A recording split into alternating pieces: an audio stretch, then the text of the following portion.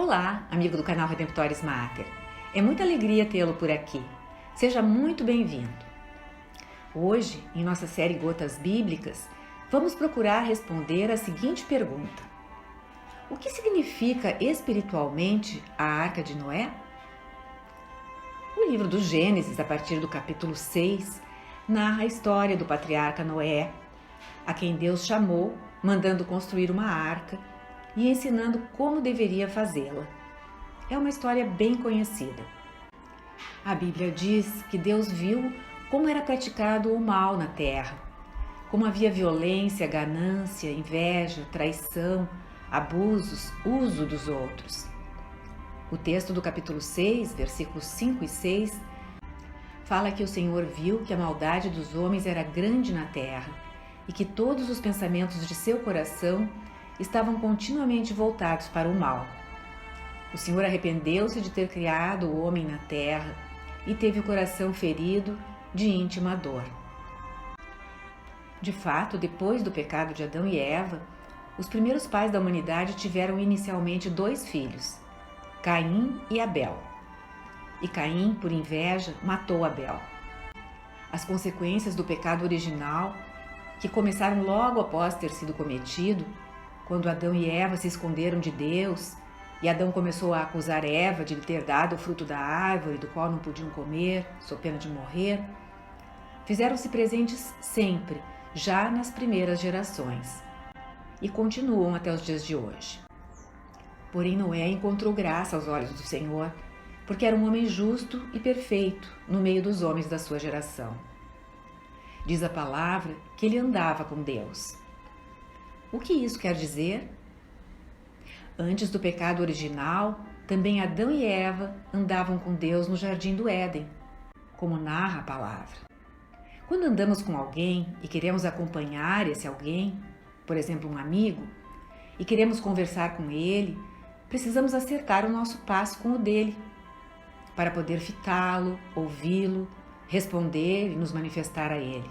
Não podemos andar lá na frente ou lá atrás. Caminhar com Deus é ajustar nosso passo com o dele, ajustar a nossa mente, a nossa vontade em paralelo com os passos dele. Desde o início da criação, no primeiro versículo do Gênesis, Deus é aquele que coloca ordem em todas as coisas. Segundo a Escritura, no princípio Deus criou os céus e a terra. A terra estava sem forma e vazia. As trevas cobriam o abismo e o Espírito de Deus pairava sobre as águas. A palavra abismo também pode ser traduzida por águas caóticas, águas revoltas. E o Espírito de Deus paira sobre esse caos. A locução usada no hebraico para essa última frase a respeito do Espírito expressa uma mão de mãe que cobre seus filhos protetoramente e, de maneira encorajadora, impulsiona-os para frente na vida. Deus traz harmonia e ordem a toda a criação, como trouxe naquele caos inicial. O mar pode ser considerado algo assustador e aterrorizante, que, com o seu poder implacável e escuridão desanimadora, se opõe aos propósitos de Deus. Todo o drama da Bíblia está aí, nesse primeiro versículo do Gênesis. E é sobre as forças que se levantam contra Deus, e Deus que traz ordem e harmonia a tudo o que criou. Porque esse comportamento do mal que se posta contra os seres humanos e o próprio cosmos acontece ao longo de toda a história da salvação. Como nós, homens e mulheres do século XXI, manejamos isso? E como ficamos andando ao lado de Deus, que sempre põe tudo em ordem, sempre tira a criação do caos e a coloca no caminho certo?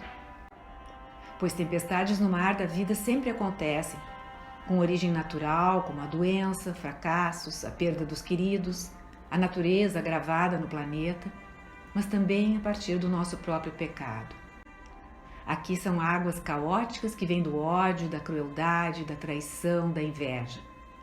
O que se segue ao pecado é uma quebra da boa harmonia de Deus, daquilo que Ele pretendeu para o cosmos criado.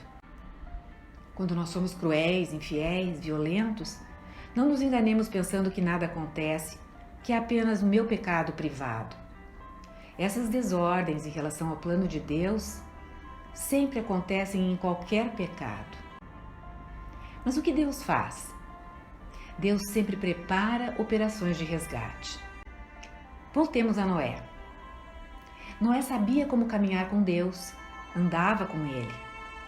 Deus o manda fazer uma arca de madeira de cipreste e cobri-la por dentro e por fora com betume, piche, ou seja, impermeabilizá-la. Deus instrui Noé a respeito de como construir um veículo que lhe permitirá caminhar com o Senhor, mesmo no meio do caos do dilúvio que cairá sobre a terra. Isso se aplica a cada um de nós. Como construímos um veículo, um barco, um navio, que nos capacite a atravessar as águas caóticas e tempestuosas causadas pela negatividade da vida e também pela negatividade do pecado em torno de nós e por nossa própria negatividade? Como poderemos navegar seguramente nessas águas? Precisamos construir uma arca e revesti-la por dentro e por fora com o piche.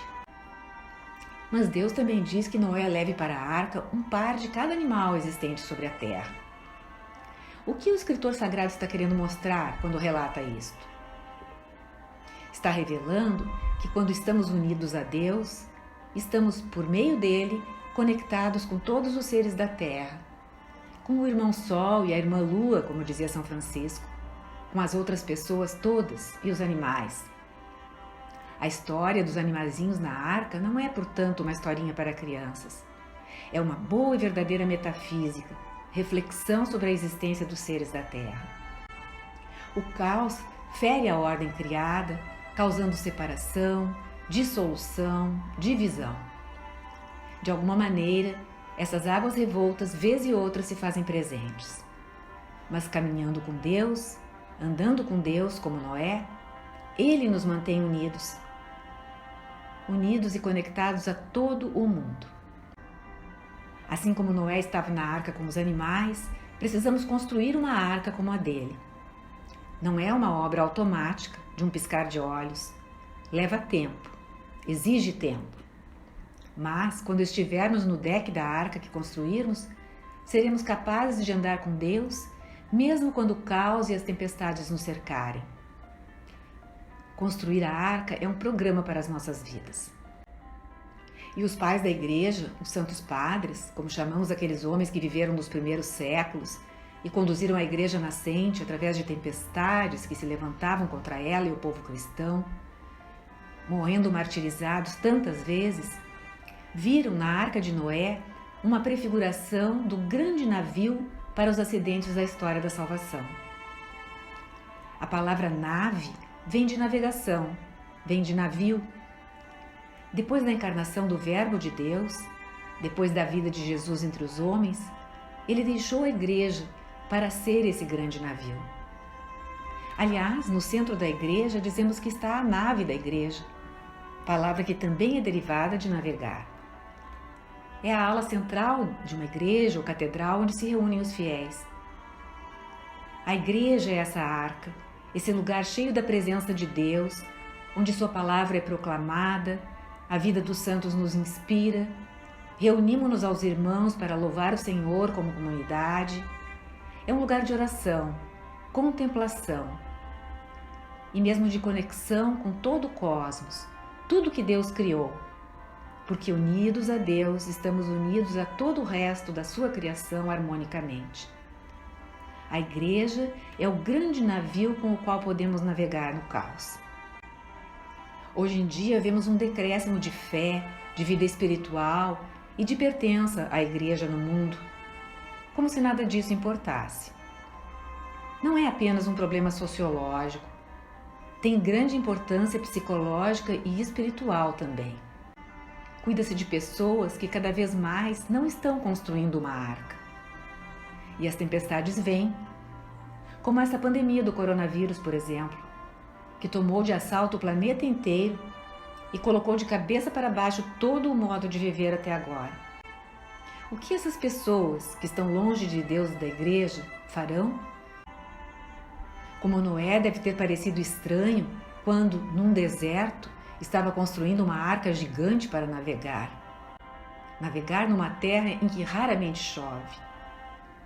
Os católicos também frequentemente parecem ridículos nesse mundo cada vez mais secularizado, que pergunta: o que você está fazendo? Por que está perdendo seu tempo?